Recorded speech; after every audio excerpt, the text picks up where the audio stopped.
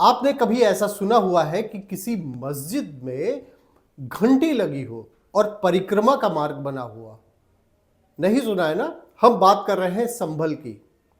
संभल इस समय चर्चा में है क्योंकि संभल में इस समय जो विवाद चल रहा है, एक कोर्ट ने आदेश किया सर्वे का, जो संभल की इस समय जामा मस्जिद है उसके सर्वे का आदेश किया, और उसी के बाद से लगातार न्यूज में यह बना हुआ है कि संभल में हरिहर मंदिर है वो या मस्जिद है। इस बात का कॉन्फ्लिक्ट हो रहा है। आइए हम इस पे बात करते हैं, कुछ पॉइंट्स आपके सामने रखते हैं। जो पेटिशन फाइल की गई है विष्णु शंकर जैन के द्वारा, उनके द्वारा ये कहा गया है, उसमें जो क्लेम किए गए हैं वो कई सारे फैक्ट पर आधारित है, और जो सर्वे हुई उसी के दौरान उसमें हिंसा भी हो गई, मौत भी हो गई। लेकिन फैक्ट्स क्या है इसके बारे में हम बात करते हैं, जो पेटिशन में हवाला दिए गए हैं।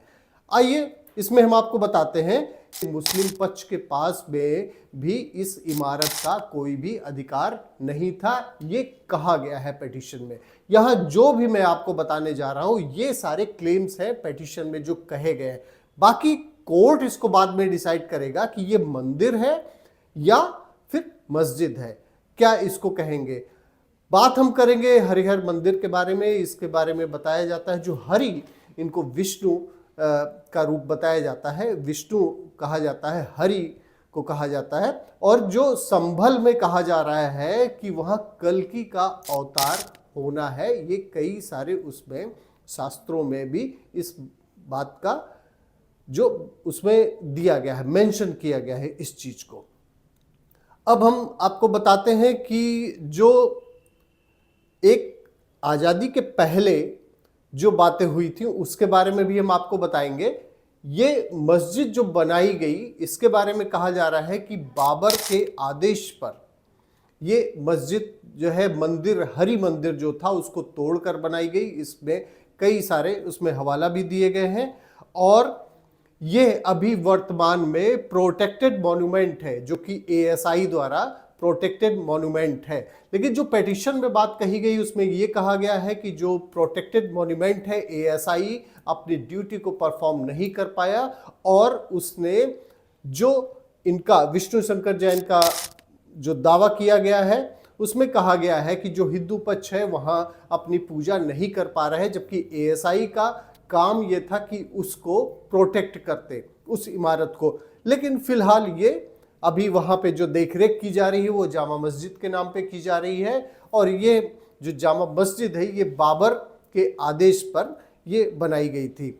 और इसमें बाबरनामा में भी इसका उल्लेख किया गया है, इसमें पेटिशन में भी इस बात को मेंशन किया गया है, और कहा गया है कि मुगल आक्रांताओं द्वारा हमला जब किया गया था तो उसके बाद में जो उनका सेनापति था हिंदू बेग, उसने 1527 से 28 के बीच में मंदिरों को तोड़कर, और ये जो संभल मंदिर की बात हो रही, हरि मंदिर की बात हो रही, जामा मस्जिद की बात हो रही, उसको तोड़कर इसको बनाया गया, और बाबरनामा में इसका उल्लेख भी किया गया। देखिए कितनी बड़ी बात है कि जो मुगल आक्रांता आए उन्होंने तोड़फोड़ की और मास कन्वर्जन भी किया, और बड़े बखूबी अपना बखान भी करवाया।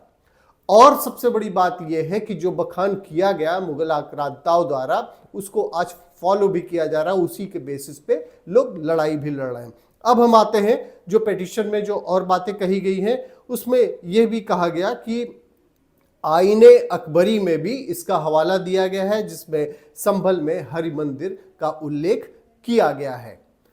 अब एक बहुत इंपॉर्टेंट जो इसमें फैक्ट है वो ये है कि 1874 से 76 के बीच archaeological survey of India major general थे ए कनिंगम, उस समय एएसआई के डायरेक्टर जनरल हुआ करते थे, उन्होंने भी अपना सर्वे जो कराया था उसमें भी हिंदू मंदिर होने की बात कही गई थी।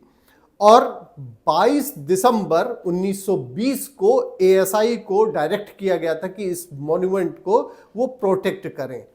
और जो पेटिशन है उसमें ये कहा गया है कि ancient monuments and archaeological sites and remains act 1958 के सेक्शन 18 में हवाला दिया गया है, जिसमें ये कहा गया है कि इसको प्रोटेक्ट किया जाना चाहिए।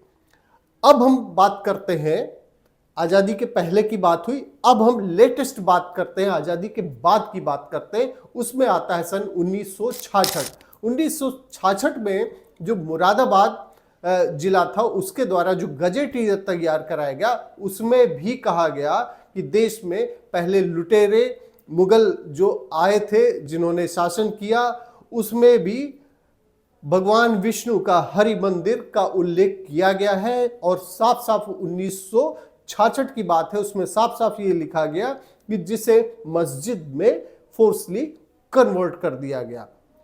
और सबसे जो बड़ा फैक्ट है, उसमें जो पेटिशन में कहा गया है, जो बेस कहा गया है, वहां पे पूजा करने की अनुमति मांगी गई है। इसके लिए सर्वे कराया जाना था। कोर्ट ने यह आदेश दिया कि पहले ये रिपोर्ट आएगी।